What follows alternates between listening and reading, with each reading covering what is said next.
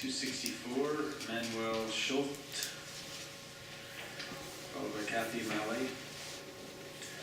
Welcome. I'm sure many will remember this quote. You can question how worthwhile democracy is in a lot of countries right now. That, of course, was Gary Robertson, a quote he quickly called a poor choice of words after it made waves in the media. Whatever the context, and however it was meant, I think it is worthwhile examining, because I think if we're serious about democracy, and we purport to live in one, then we should always question how worthwhile the democracy that we live in is. That includes the democracy in this city.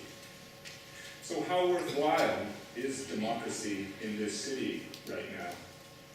How worthwhile is democracy in Mount Pleasant right now? Of course, definitions are useful, so it is worthwhile defining worthwhile democracy. To me, a worthwhile democracy is a democracy that functions in the ways that we, the people, all of us, not just those in this room, not just those in the boardrooms, but all of us want. To the degree that the democracy functions in ways that we don't want, it is not worthwhile. So how can we measure this? Well, let's look at what kind of democracy we want and compare it to what kind of democracy we have. The kind of democracy we want, I presume, is one that as much as possible reflects the will of the people, i.e. the will of all of us. Now, what kind of democracy do we have? Specifically, what kind of democracy do we have in this city, and what kind of democracy do we have in Mount Pleasant? There's an old adage, when you want to know what's really going on, follow the money. There are many ways to follow the money. In politics, the obvious one is campaign finances, campaign contributions. Now, most councillors will know the numbers, probably much better than I do. While the city council knows the numbers, one wonders how well the people in the city know them, and if they do, how much they feel they can do about them.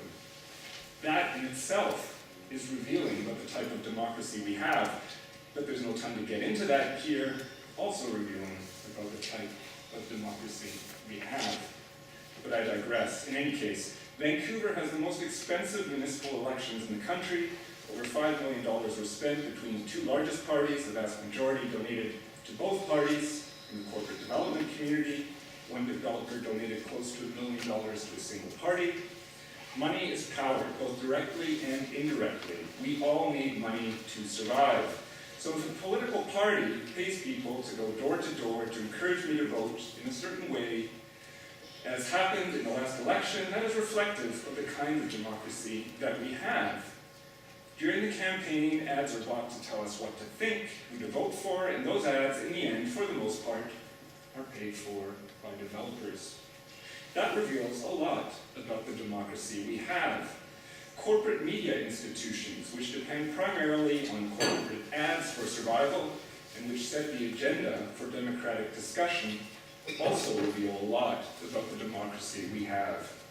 Money amplifies the voice of those who have it. It diminishes the voice of those that don't. Money amplifies the voice of the developer. It diminishes the voice of the people. This tells us a lot. When a development like this goes up, does it spring from the community? Does it reflect the broad voice of the people? The developer can pay for ads, pay for people to speak for him, to deal with city staff, to lobby, to prepare events, create front organizations that try to present themselves as community groups, etc., etc. And we have a city whose institutions have evolved along the lines of this kind of democracy. These institutions have evolved to favor the development community. Now, I won't go into details, again, time, revealing. So we have a developer who wants to make a lot of money. We have a city whose democratic processes have evolved to favor him. We have a legal, economic, media, and social infrastructure geared to favor the developer and loaded against the community, the people. We have a community that wasn't really asked what it wanted. Members of the community have had to fight tooth and nail, day in and day out, to have even something of a decent hearing against this development, let alone meaningfully being asked what they wanted in the first place. Meaningfully.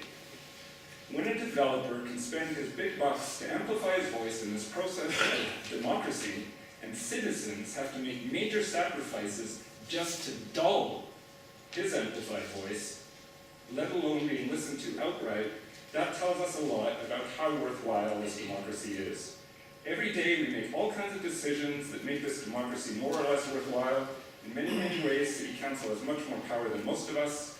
In this case, as in many others, who you listen to will determine how worthwhile your choice is. Thank you very much.